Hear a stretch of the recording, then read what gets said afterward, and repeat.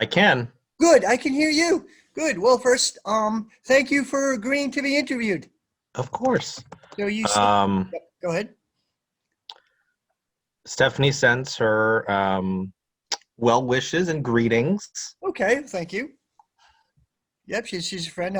I've known her from Socialist Alternative years ago. Hmm. Oh, great. So, you are Will Nguyen, the Star Trek communists. You are in the IMT, the International Marxist Tendency, and the U.S. They're called Socialist Revolution, I believe. They And are. you're in the Boston branch. I am. Okay, now I wonder if you could, well, first, yeah, for the audience, we planned this interview a couple weeks ago. I had some technical problems with Skype. I was sick for about a week or so during Thanksgiving period. I actually had myself tested. I'm negative, but I was a little worried, but everything worked out and we're glad we finally get this interview. So first of all, Hopefully, you're feeling better. I am feeling much better. Thank you. How are you doing within these days of COVID?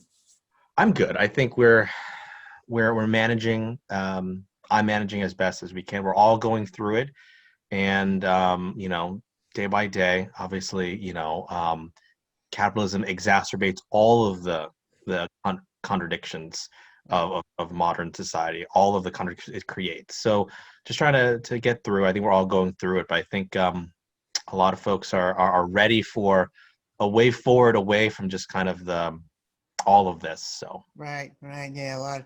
Yeah, the U.S. has hard handled it horribly. Europe has too, but the U.S. probably worse. Okay, just wonder if you could briefly explain or say how you became a socialist, when and how this happened, and how you see socialism. sure. So I think my example is very common with other folks around my generation. Although there's been a class consciousness that's being raised, I think, across all generations, really, just because of the crisis of capitalism. But for me, I think, I'm a late millennial, if you will.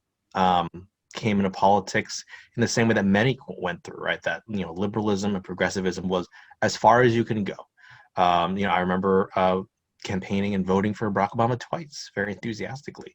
And having gone through both administrations and then seeing what happened with the recession, with Occupy, with Ferguson, Black Lives Matter the first time, with Standing Rock, with Flint, Michigan, let alone the disastrous imperialist foreign policy that's waged by the United States, increased drone strikes, increased deportations at the border. Um, it really showed you the true nature of capitalism, right? And so I think I kind of had that discontent for a while, but didn't have an outlet to express it. And then 2016, obviously, Sanders emerged for the first time, and he called himself a democratic socialist, which is how I started looking into socialism, right? But for the first time, there was an expression of that frustration. It was disjointed, yes. It was confused, yes.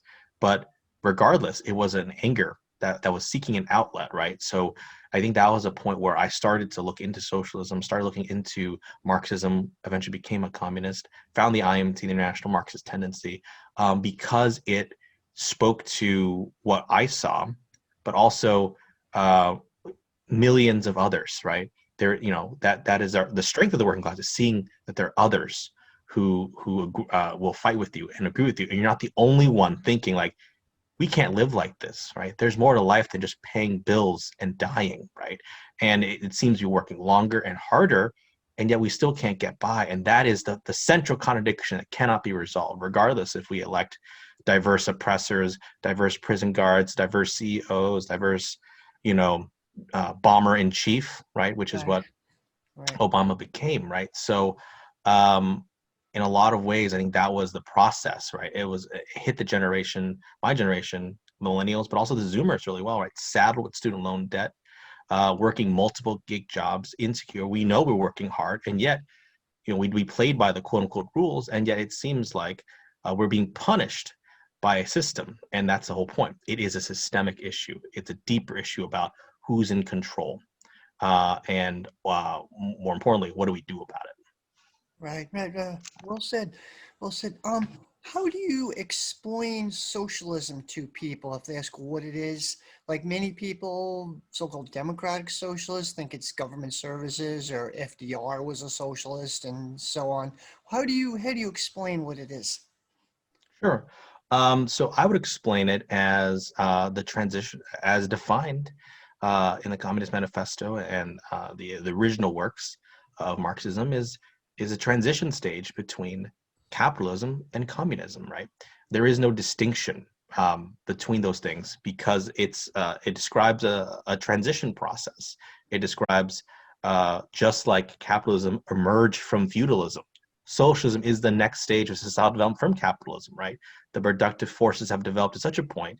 The question is who controls those productive forces? So you need socialism. You need the abolition of private property, the private ownership of the means of production, to use it to meet people's needs. And then the workers themselves controlling it, democratically organized, that they make the decisions. They actually already run society. They just don't call the shots.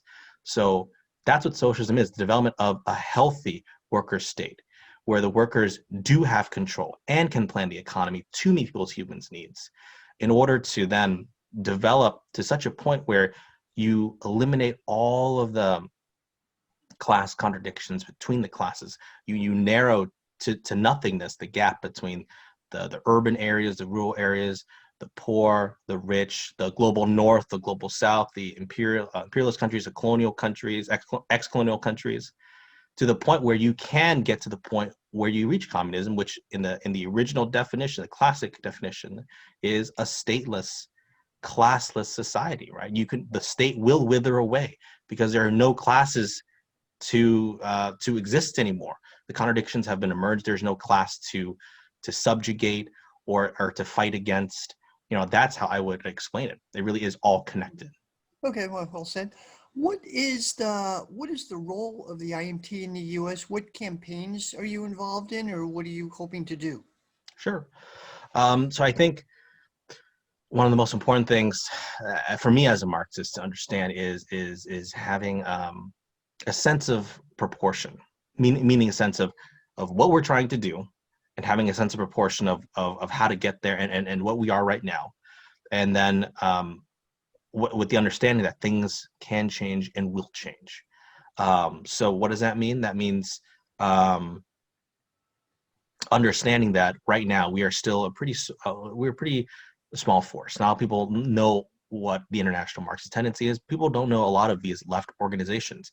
Doesn't yet have that mass character, and that's what we're trying to do is infuse the ideas of revolutionary Marxism, of class struggle, of the ability to fight the capitalist class for a better society, infuse those ideas, that method, into an actually mass base, mass organizations of the working class. That, of course, means starting with the labor unions, the trade unions, all of the movements that arise organically from the workers struggling, right?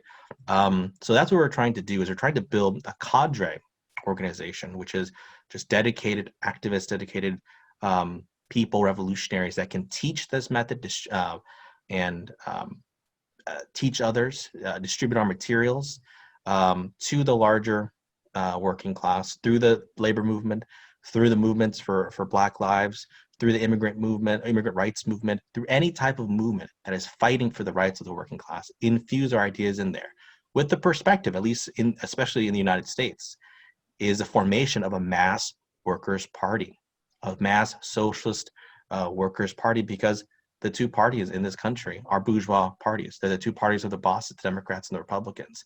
Um, that's a very unique situation where the United States has yet to have that labor party, that workers' party. The working class needs an organized expression of its political program. So that's another thing when we take our message into the labor movement, is to say we need our own party to fight for our own platform, our own program. But right now, just building that organization that can even just do this work on a nationwide scale is what we're focused on. Right, interesting. Okay. Now, I've struggled with this myself, and I don't really have an answer. There, would you say, some people say it's better to work on building or a mass party that socialists can intervene in. Like I was in Socialist Alternative for about 10 years. I'm not now, but and I think the IMT may think similarly, looking forward to building or the development of a mass workers party, which people more to the left can intervene in. Or is it better for a more single or smaller, tight-knit cadre organization to focus on that? The IG believes that. I was kind of sort of a sympathizer for a time. I no longer am, but they're different. I've gone back and forth on this, which is a better method. And I don't know myself. What would you say to this? I think it's both, right? You need both. It's on the one hand, if only it was as easy as it was to say, hey, we are the Revolutionary Party, come follow us. If that was the case, then we would have had a successful revolution in the United States and around the world 1,000 times over. If only that was the case, to say we have the correct program, we have the correct line on issues, just come join us. The problem is that's actually not how the masses move, unfortunately. And we know this by looking at history, looking at theory to see how do they actually go into struggle? How do they actually reach eventually revolutionary conclusions and then ultimately be successful in that revolution, right? They have to go through this process. And I think that's why understanding history, under reading that theory, it's that roadmap of saying this is what's happened in the past, right? We're not reinventing the wheel per se. There is a way forward. So for us, it's not an either or. It's saying we need to build a cadre organization first. Actually, that's our first priority right now in this particular moment in time in 2020 United States. And then once you have a solid enough cadre organization that has enough numbers, um, that's where it's dialectical, right? That's where quantity becomes quality. That's why if you've reached and if you trained enough cadre that know what they're talking about, that are sufficiently trained, therefore they can actually turn into something that has that quantity, meaning that you can actually intervene in the larger struggles and actually be able to lead demonstrations, to actually present um, specific demands. You can actually be once you have the sufficient numbers, you can actually then begin to affect and intervene and actually have an effect on events, and ultimately be able to win over many layers of the working class. And that's the strength of the working class, is its numbers and its proximity to the means of production, but specifically its numbers, right? We have to be able to reach tens of thousands, hundreds of thousands, millions of workers. And unfortunately, we can't just do that by waving our hands and selling as many papers as we can on a street corner. Although we sell papers, right? We understand that's our primary transmission belt. We understand that's what Lenin did and what is to be done, all those types of things. But we understand that that's not enough. That at some point, you need to infuse those ideas to millions of people. So how do you get to the point where you actually can reach millions of people, but also at the same time build an organization that can channel and recruit and train when you're reaching all those millions of people to become, dedicated, trained Bolsheviks, right? To then at some point, if we can win over a mass workers party to our program, wonderful. But if not, maybe we can actually have the numbers to actually have a revolutionary party that has a mass character. So for us, it's both, because there's no other way to reach that many level of people if you don't actually build a solid enough cadre organization. Right. Interesting. Okay. Now, Star Trek. I'm a fan. I don't know the canon super well, but I enjoy the show. I am a fan. I used to watch the original one years ago with my dad when I was the reruns of it when I was a little kid, and the Next Generation. My dad would use it as lead off into discussions about artificial intelligence and social problems and stuff. And I had some interesting discussions with my dad on that. And I've always liked Star Trek. How do you see this Star Trek?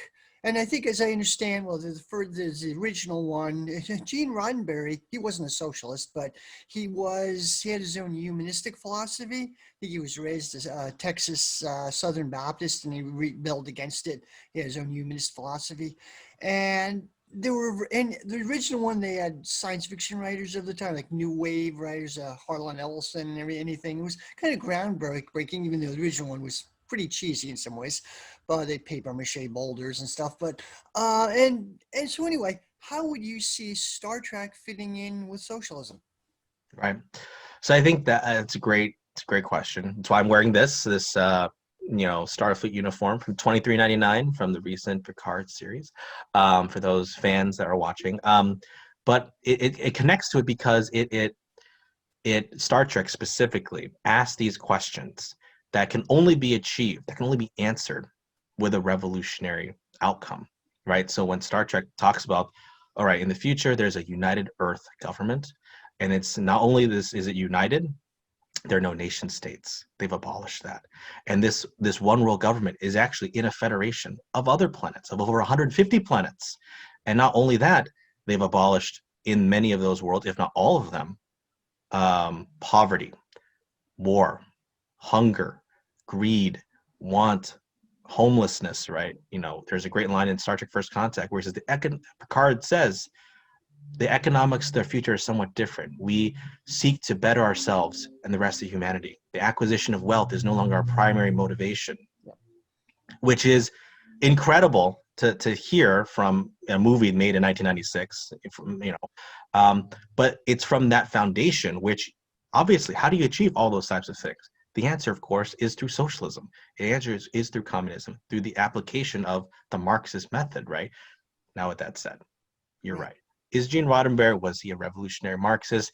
Were the writers in Star Trek, as they are now, are they socialists? Are they Marxists? I don't think so. I actually know so. There are many of them are actually liberals, advocating for, voting for Joe Biden and Kamala Harris and all that kind of stuff, right? Liberalism, right? But that's almost beside the point. It doesn't matter what their actual political perspectives are, right? It's in their fictional universe, right? They suppose that this United Federation of Planets, United Earth, that's abolished all of these terrible things. How can it actually achieve those things? And that's where, I come in with our analysis, my analysis, saying, okay, how do you get there? How do you get to this place, right? And you only do it by the working class taking power, right? It's not about a question of, and I think that's where Star Trek does fall into its liberalism, right? Well, you just need to sit down and talk about it over a conference table, work out our differences, walk in each other's shoes, which on the one hand, those are not bad morals to watch as a kid, right? I watched Star Trek in syndication, and it's nice watching those scenes, right? That is good, right? But at the same time, understanding how struggle actually works inside, you understand that's not actually how things are changed, right? It's about a conflict. It's about reconciling the conflicts between two classes, the ruling class and the working class, right? So you want to get to a point where you abolish homelessness, poverty, and war. The working class has to take power. And that's where I think a lot of people actually come to these quasi-revolutionary conclusions by watching Star Trek, right? Dr. McCoy, Dr. Crusher, Dr. Bashir, do they charge a premium and a copay when they put a hypospray? No, they just do it, right? Yeah. Do they collect rent on their starship? Do they get a W-2? Do they get paid, right? No, they don't do those things. They just exist, right? They have all this time to actually learn art and literature and music, right? Similar way, socialists would say, if only we didn't have to live paycheck to paycheck, hand to mouth, what couldn't we do? What human potential couldn't we unlock, right? It asks all these questions. It's begging for that answer, right? It's right there for the taking. And one other thing I would say is sometimes you get this dodge from Star Trek fans saying, okay, fine, you can only get to that Star Trek future because of technology, because that replicator, you press a button and then, things just materialize. And we can only get to socialism and communism because of this magic box, to which I would say that is a very disingenuous dodge. It's a complete cowardly way out of the answer, because we already live in a post-scarcity society right now, in the sense that we could feed, clothe, house, and care for people medically, mentally, all those types of things right now. We actually pay farmers to destroy their food because they can't sell it at a profit. We throw food out and make it a crime to give it to homeless people, right? So it's the question of it is not a technological question. We can actually provide for people right now. It's not that hard make sure people don't starve and die of thirst and die of exposure from being on the street. It's not that hard to do that. We can do those things. The Right. question is who controls the access to those means to do that. And that's a question of power, right? It's not a question of like, oh, we don't know how to technologically figure out how to feed people. We can do that. We can provide it for them. We just do it, right? So that's another reason why people, they know that deep down they know that we can actually provide for people, but we don't. So that's why Star Trek is a great launching point. And you don't even have to do anything. You just explain the world, the universe as provided, and say, okay, so how do we actually get there? And it's not a question of just like, hey, we just got to be nicer people, because that's inherently the liberalism in Star Trek. We just got to be nicer to each other. That's it. Yeah. And that's not the answer, but it's a good starting point to have that conversation. Right. Interesting. I remember there are two scenes from Deep Space Nine where I think it's set in the U.S. It was made in the 90s, set in the U.S. in the, I think 2020 or 2021. The scene with the Bell riots, and there are huge social problems. There are lots of poverty, and there's like almost shows a pre-revolutionary situation. They actually one scene where they talk about French Trotskyists, or the neo-Trotskyists take power in France. That's kind of interesting. So I thought that would definitely tie in with what you were saying. I mean, it doesn't 100% provide an answer, but it does discuss social problems and class conflict in a way. So I thought that was very interesting. Absolutely. That's a great episode. That's the Yeah, two-parter past tense in Deep Space Nine. Exactly yeah. right. 2024, the Bell 24, riots, okay. Okay. sanctuary districts. And, they didn't know, but in a lot of ways, yeah, that it describes a lot of things happening right now. Yeah, it's But of weird. course, It's eerie, but yeah, it is. it's eerie. So, of the episodes, which one would you say of the series? Which one would you say is your favorite? I think they had like 5 or 6 of them. I don't remember. Which one is the Uh, best? oh, man. So that is, you ask a room of Star Trek fans what's their favorite Star Trek episode, Star Trek series, will get 1,000 answers, right? And Yeah. that's the wonderful thing about it, is because there's actually now 7, 8 Star Trek series, right? Okay. There are 13 plus movies. The canon itself is very large. There's a flavor for almost anyone, and I actually like all Star Trek. Okay. Every single iteration I enjoy. Of course, there are ones I enjoy more, and the one I enjoy the best is Deep Space Nine, the one that featured those 2 episodes you had mentioned, because I feel like it still has the most unique setting. It's to date still the only series set on a space station.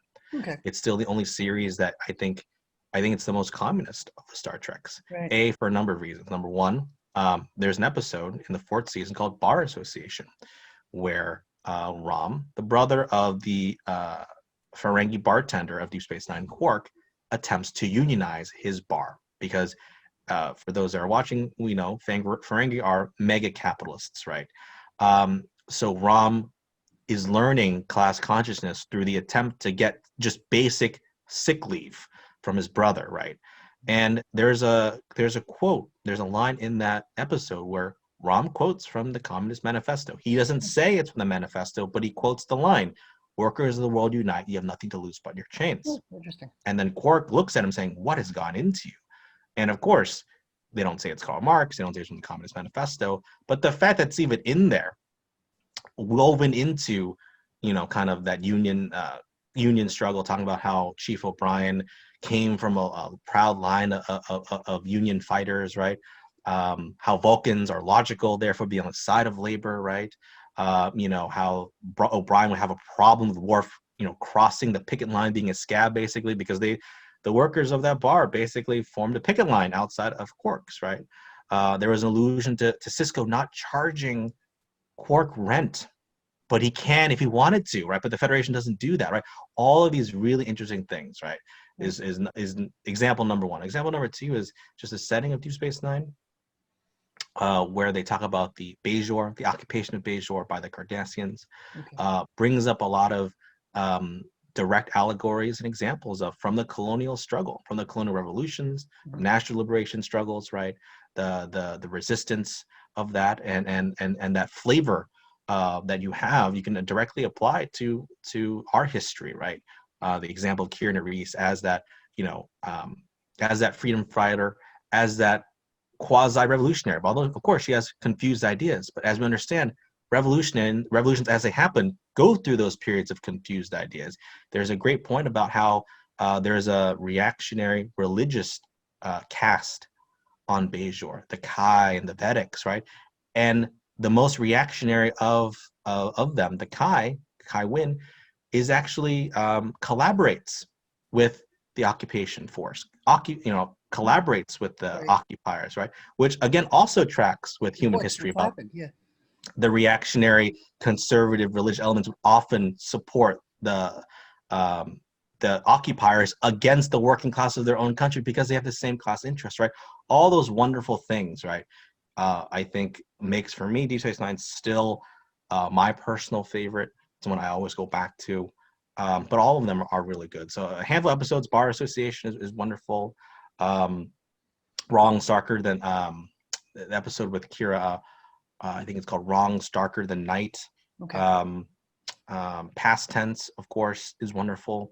The entire Dominion War arc is really wonderful in that sense, because also covers how there is a resistance within the Cardassian armed forces. How there is a break within their military in the form of Legate Tamar, who was on the side of the Dominion oppressing others, and then at some point changes sides because he found out and he saw that the Cardassians themselves were being oppressed within the Dominion. So then he led basically a resistance movement led from the military ranks, right? Which tracks so much with colonial history, like with Nasser, right? Like and a lot of the colonial revolutions where they actually happened from the disaffected officer ranks, Right. disaffected rank and file, the enlisted, so they would break, right?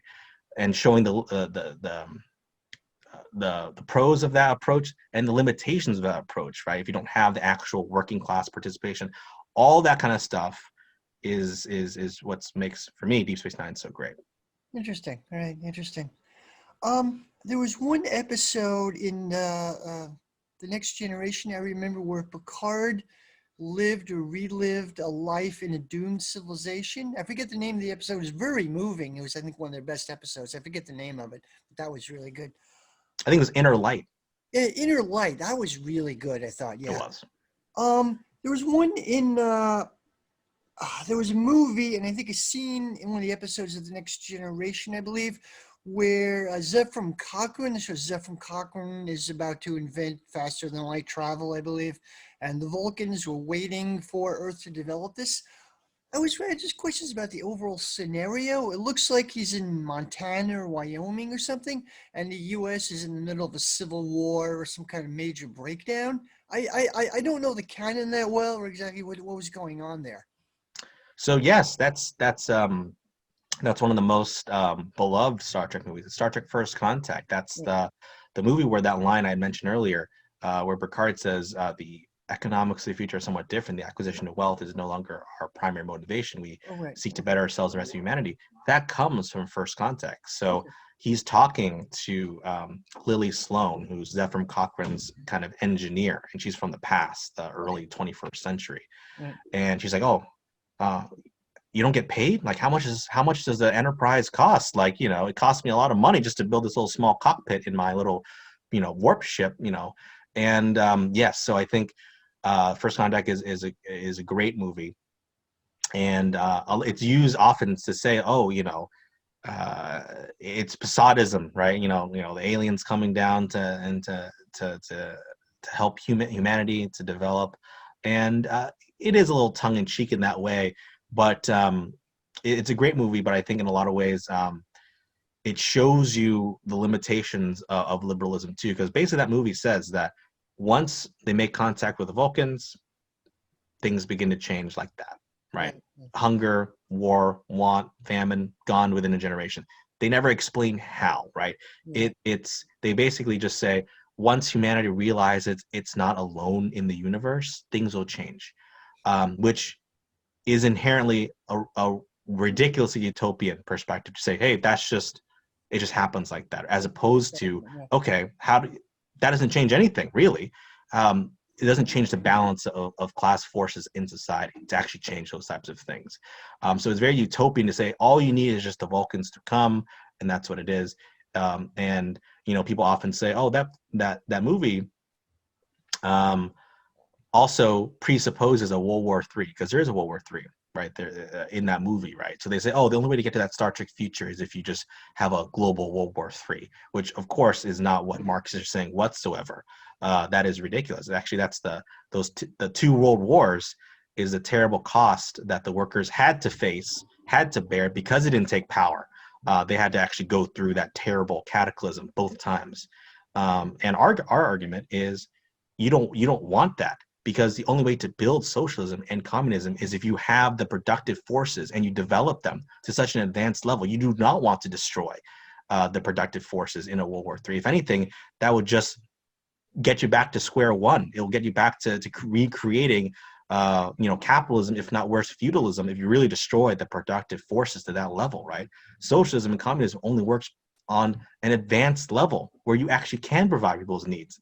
And you don't do that by destroying the world and this and that. But it also shows you the limitations of liberalism, because liberals often have an easier time imagining the end of the world as opposed to a better world. Right, And I right. think that shows you that's inherently a pessimistic view, and that's a view that we do not share whatsoever.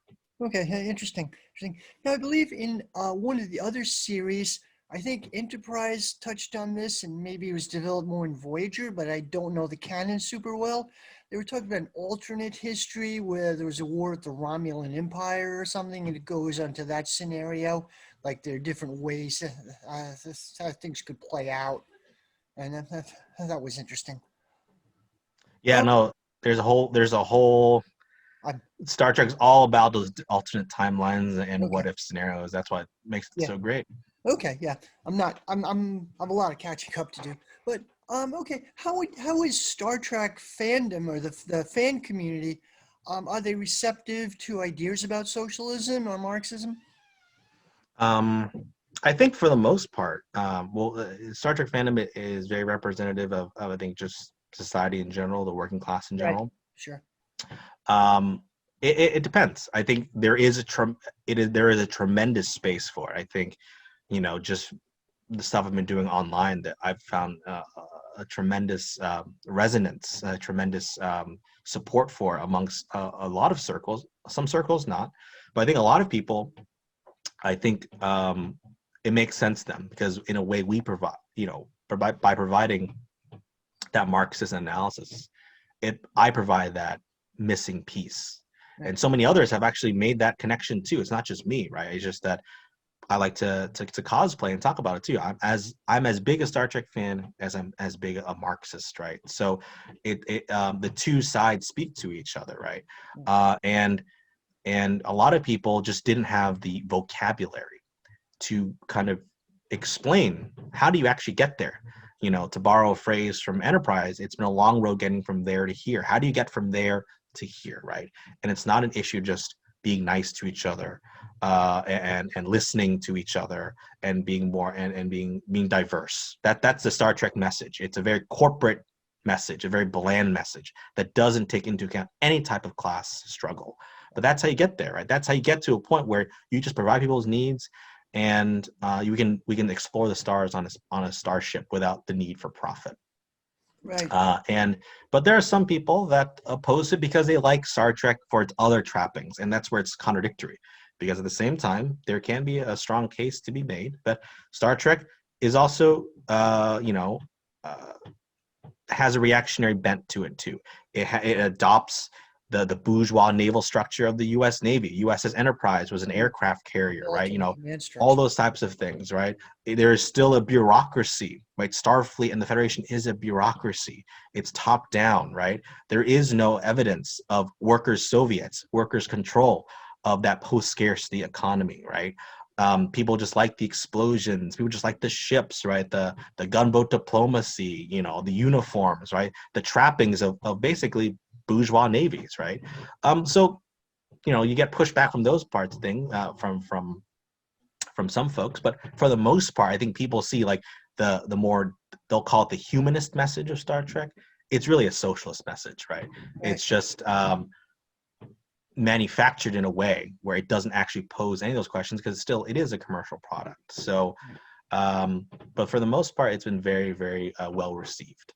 Okay, interesting. Yeah, many people say they like Star Trek. They're drawn towards Star Trek because it shows that there will be a future.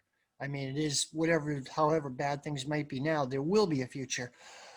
With the original series back Shatner and the original Star Trek, it seemed to almost have a libertarian bent. Like it showed government bureaucrats blocking all these great projects that scientists had. It was almost like a libertarian bent to some extent. Um, okay. What would you say about other science fiction franchises? The Expanse. What have you seen? And what's your take on The Expanse? Oh, I love The Expanse. Uh, I uh, know. I know it's coming back next week. I think I think yeah, I'm looking forward to it. season Yeah, 4. I think. yeah. Uh, no, so I love The Expanse. So I think I also love Star Wars. I don't know if people can see that's Ahsoka Tano from Star Wars back Okay, here. okay, I love all types of sci-fi. okay. Um, Star Trek is still my first fandom for obvious reasons, but I enjoy all sci-fi fandoms. Expanse, I love it. You know why? Because in a lot of ways, it shows you this is what happens when the working class doesn't take power and we get to space. Yeah, Because all those contradictions are still there. And I enjoy watching it for what it is. It's very similar to Battlestar, the new Battlestar Galactica, which I also enjoyed too. oh yeah, But it yeah. shows you a Right, very, it's a very dire future, right? The Belters, Mars, Earth, right? Uh, But have they resolved any of the problems we face now? No. If anything, they're worse, right? They're literally worse in the future, right? But at the same time, it shows you that there is a pathway forward for some sort of class struggle, although it's still very much written from the perspective of liberalism, right? right. So it also, again, we can talk about a Marx analysis of the Expanse saying, if anything, we would need an interstellar Marxist tendency in the Expanse to unite the working class of the Belt, the Mars, and Earth, right? To unite the Beltalowda with the Martian working class, with the Earth working class, instead of just pitting against each other, right? Basically the story of Fred Johnson and the Belt is they just want to become a great power, just like Mars, just like Earth. And that's the exact wrong perspective to take. And that's exactly the revolutionary path of so many other colonial revolutions. It gets derailed under these bourgeois nationalism, right? We need to determine our own destiny by being a great power. No, you need to unite across all borders, right? And that includes planetary borders right now, right? And that's the only way to resolve and all this type of stuff. But at the same time, there's wonderful world building with the Beltalowda and basically, yeah, they are incredibly oppressed, right? And they're rightfully standing up to it, right? But the only way to stand up to it is not to just, be ultra left violence, this nihilism that Holden has, right? He's just like, oh well, you know what? They're all evil, they're all bad, power corrupts absolutely. So I'm just going to do my own thing and just be this space freighter captain and Right. just draw. That's what liberalism does, right? It always says, power corrupts, both sides are the same. So the only thing you can do is change yourself, right? Yeah. And how reactionary, how cynical, and how nihilistic an actual worldview is that. The worldview is we can actually change society. We can do those types of things. Unite the working class of the Belt, Mars, and Earth. It confirms Trotsky's analysis of permanent revolution beautifully. Just like in Star Trek, it does. You need to unite across all borders in order to reach, any type of post-scarcity society. Right. There was interesting. There was a scene or one of the episodes in Battlestar Galactica Reimagined where one of the characters, and I forget his name, he actually quotes Mario Savio from the free speech movement or something. He says something like, "When conditions get so bad, we have to we have to block the gears," or something like that. Made is partly influenced, partly taken from Mario Savio's famous speech, and he quoted Marx. There are hints of Marxism in there. There's a bunch of other stuff in there too, but it's really interesting. Chunks of I know Buddhism. what episode you're talking about. It's with Chief Tyrrell Yeah, because he's calling for a work stoppage, and right, then Adama goes and breaks it. Right? I mean, right. he goes on intercom saying, "Yes, we need to throw ourselves on the gears to stop it." Right? Which Exactly. is a Yeah, yeah. wonderful thing. Right? And then Excellent. Adama's like, "No, we're actually going to send the Marines in to crush you." Right? So Yeah. it shows you again, the Battlestar Galactica is a very bleak. That's a bleak universe to live in, right? But it It shows is. you It like is. that class struggle is what happens, right? Like, what if the workers had direct control of the colonial fleet? What if the workers who power those ships they elected their leaders? Right? What if they could recall Adama at any time instead of just Adama being, hey, well, I'm the captain of the Galactica, so I can just call the shots, just like Admiral Kane says, I control the Pegasus, so I can call the shots, right? So it's like, no, the workers, they power the ships. They call the shots, right? We plan it from that side, right? So we can recall Adama anytime, right? Again, it begs for that Marxist analysis of the Right. situation. It's interesting. That's interesting. Okay. Are there any science fiction writers do you like? Like much, I used to be very much, we read a lot of science fiction. Some of the old school stuff was kind of right wing. There's military science fiction, stuff like that. And a lot of it's kind of semi-libertarian, but there are some leftist science fiction writers, like Terry Bisson and a bunch of others who I can't think of right now. But are there any like writers you enjoy? I think obviously the number one is like Ursula Le Guin.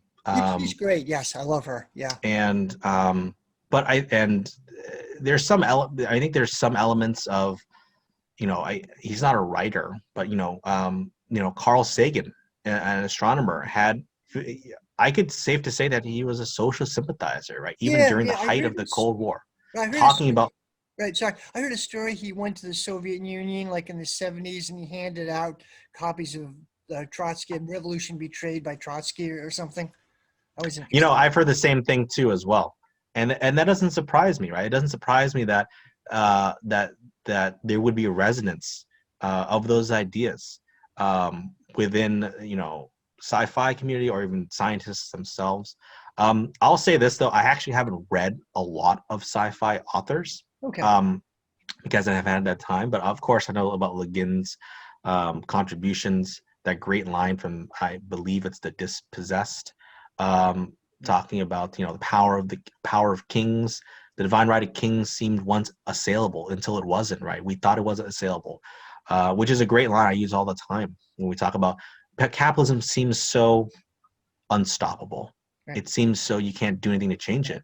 And the thing is that, well, history does change.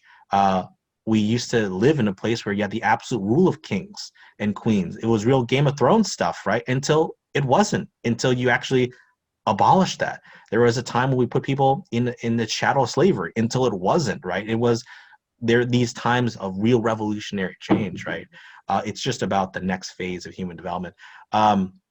But no, I do need to read more about sci-fi authors. But yeah, you're right. There are some reactionary ones out there like Heinlein and Yeah, Starship yeah, Troopers and all those types of stuff. That yeah. the military sci-fi, the hard sci-fi, right? But at the same time, it's just a reflection of the world as it is right now. So people can Right, have their own interpretations of it. But I right, think at its core, most people want a better world, and that's why they use science fiction. They want to get to that better world. right. There are two leftist science fiction writers I enjoy. Kim Stanley Robinson, although his newer stuff kind of I don't like as much, but he wrote the Mars trilogy, which has some Mm. Marxist elements to it. Like he has craters on Mars with names like Gramsci or Lukács or stuff like that. He's Mars. He's kind of a social democrat, I think, but he's interesting. And China Mayville, British guy who was in the British SWP Perdido Street Station. That's really good. It's grim as hell. It's like a cyberpunk dystopia, but interesting. Okay, as far as on the opposite, on the more optimistic side, do you think the future will turn out to be something like that portrayed in Star Trek in the franchise? Well, I would say so. I'm a Marxist. I'm a socialist. I'm a communist because I have revolutionary optimism. There's tremendous um, there's tremendous reasons to be optimistic right now, and that's just not hopeful naivete. That's not just idealism for idealism's sake. We have revolutionary optimism, and because because I think the IMT understands history, understands the previous struggles, and knows what time it is, and we know that the working class is beginning to move. It's beginning to learn lessons. Capitalism is in the greatest crisis it's ever been in right now, and it has no way out. And there are people that are beginning to learn and come to conclusions. But we need to build an organization that can reach those people with the correct method, right? Because not just reaching the fact that capitalism sucks. What are you going to do about it, right? And we know that there's no time right now to be cynical or dejected. There's tremendous class anger and ferment happening worldwide. And it was happening even before the pandemic, right? From Chile to Ecuador to Iran to Pakistan. it was happening before the pandemic, and then the pandemic happened, and then the Black Lives Matter movement happened over the summer, right? And that was tremendously inspiring. And it's just a symbol of things that come of the class struggles, the titanic class struggles that are going to come, right? Because none of these contradictions have been resolved. That gives us tremendous hope, because when millions take to the street, right, there is literally no force that can stop them, right? Ted Grant, who's one of our leading Marxist theoreticians, had a great line: not a light bulb turns on, not a wheel turns, without the kind permission of the working class. So you saw that this summer, when millions took the street, the president of the United States had to flee to his bunker, right? It literally had to flee to his bunker, right? They burned down a police precinct, and there was tremendous public support for it. All of a sudden, there was money to move around from the police, right? Defunding the police, abolish the police became a question that was posed, right? Of course, the Democrats have now moved away from that, right? But all of a sudden, when there are millions of people in the streets and it was continuous, right? Then everyone was kneeling. You had cops kneeling, right? Before they were dragging, crucifying Colin Kaepernick for kneeling. All of a sudden, cops are kneeling, right, and saying, "Oh, we believe in you," right? Because millions took to the street and they could do nothing to stop it, right? And it forced the president to flee into his bunker like a coward. It shows you the true balance of forces in society, right? We don't need to have Joe Biden, Kamala Harris to save us from Trump. We could do it, right? If you mobilize the people in the streets, but also more importantly, you mobilize them in the workplaces. You mobilize them to take that power to actually where it is at its most effective, which is its means of production, right? So on Juneteenth, there was a Port of Oakland shutdown, right? A strike in support of Black Lives Matter, right? For one day, the Port of Oakland shut down. That is a barometer of things to come. Imagine if that was across the West Coast, the East Coast, and transformed itself into an indefinite general strike. Right. And what if that was then linked up with the huge general strike that just happened in India this past week, which is the largest general strike in its history, right?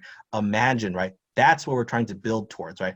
To build an organization worldwide that has deep roots in the working class struggles and the movements there, so that you can coordinate those types of actions to shut down the economy, right? You want to show that Black Lives Matter, to stop deportations, then you shut down the economy around the holiday period, and you have Amazon workers going on strike in solidarity with teachers going on strike, with nurses going on strike in solidarity of that, right? Can you imagine that power? Grocery workers going on strike in solidarity, right? That's what we need to build towards, right? That doesn't happen overnight. You need to have organization. You need to have a political party to do all those types of things, right? Right. But it's definitely possible. In fact, people can see that anger, right? That anger is not a bad thing. That's a sign of things to come. And the capitalists are very scared. They're incredibly scared. You see it if you read, and we encourage our comrades, read the bourgeois press, read the Bloomberg, read Financial Times, read CNBC, read the Wall Street Journal. What are the serious capitalists thinking? They are scared. They don't see a way out of this crisis.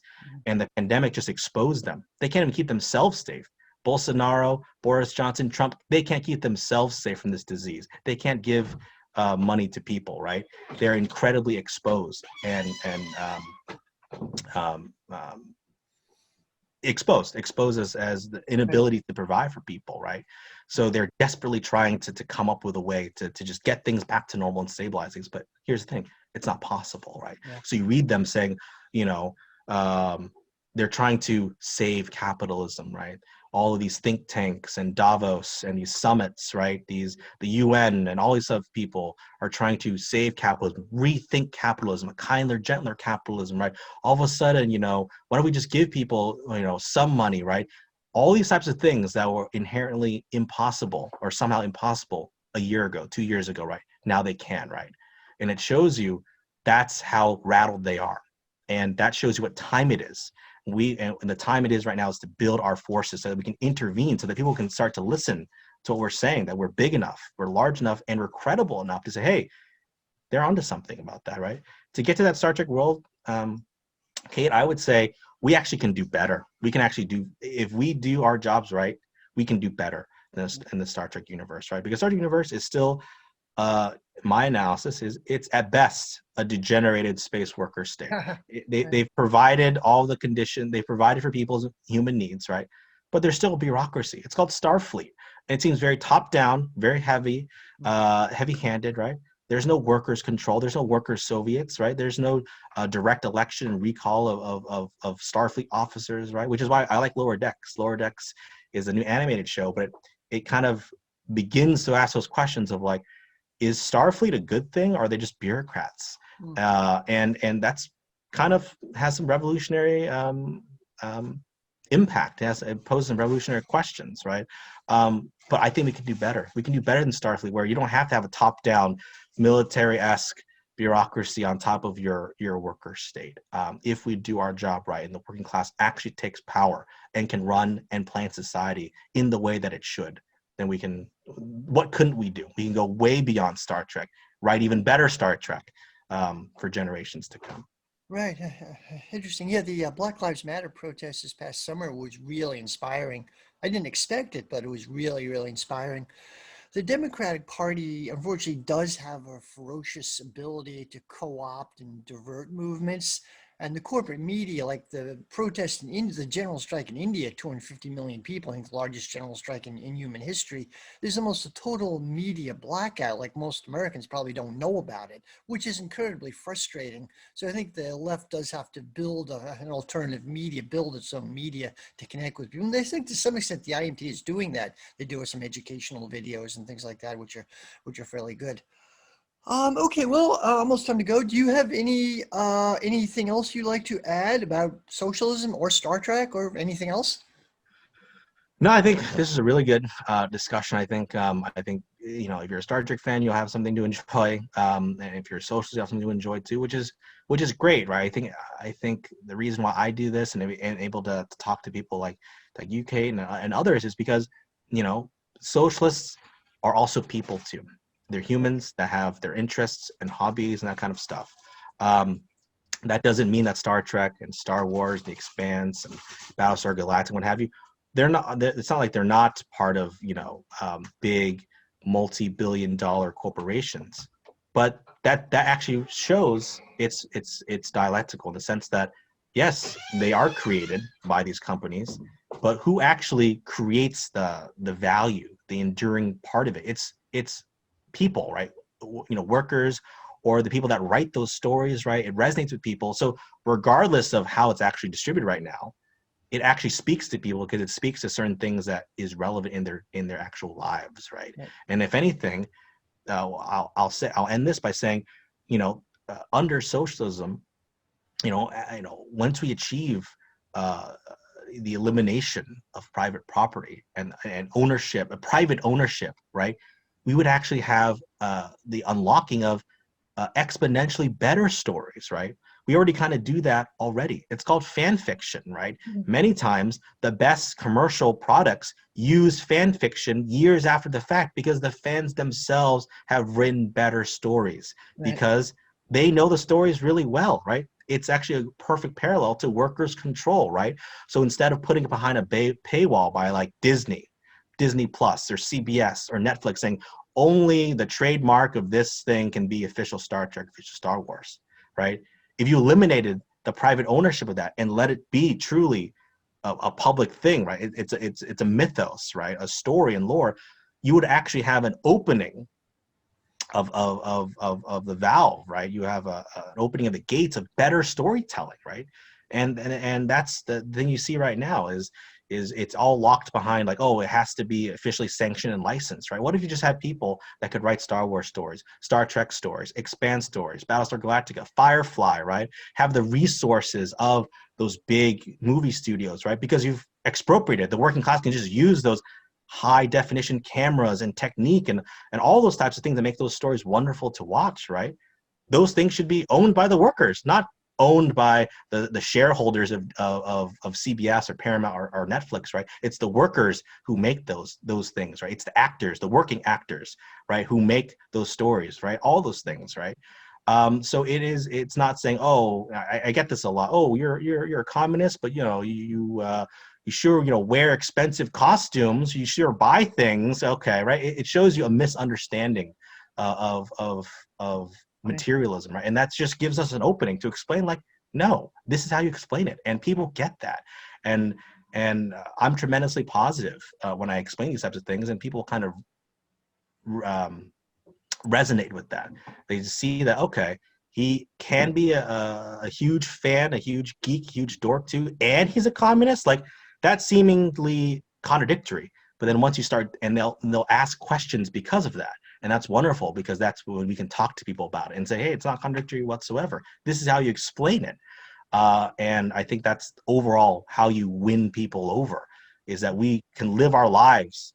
And in fact, that's why we're socialists. That's why we're communists. We want to live our lives to the fullest, and we cannot right now under capitalism. Interesting. All right. Well, finally, one more question. Your uniform, what do you have a rank, a Star Trek rank or office?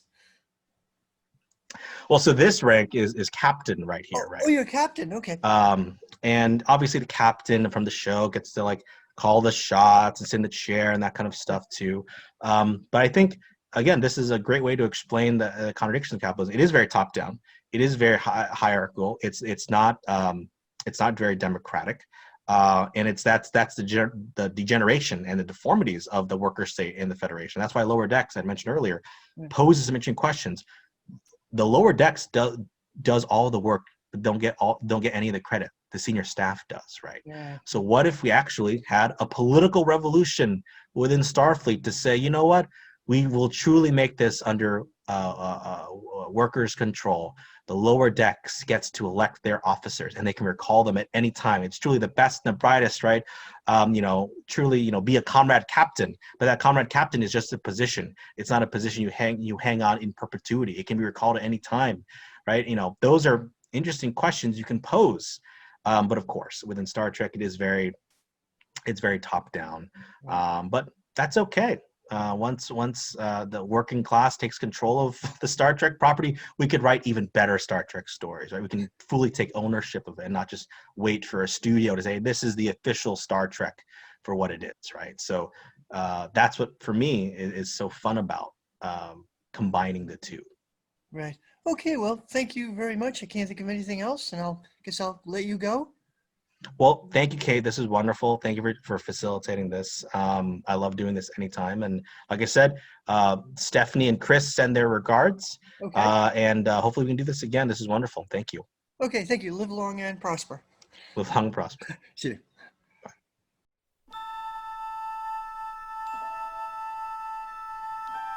Space, the final frontier. These are the voyages of the Starship Enterprise. Its 5-year mission, to explore strange new worlds, to seek out new life and new civilizations, to boldly go where no man has gone before.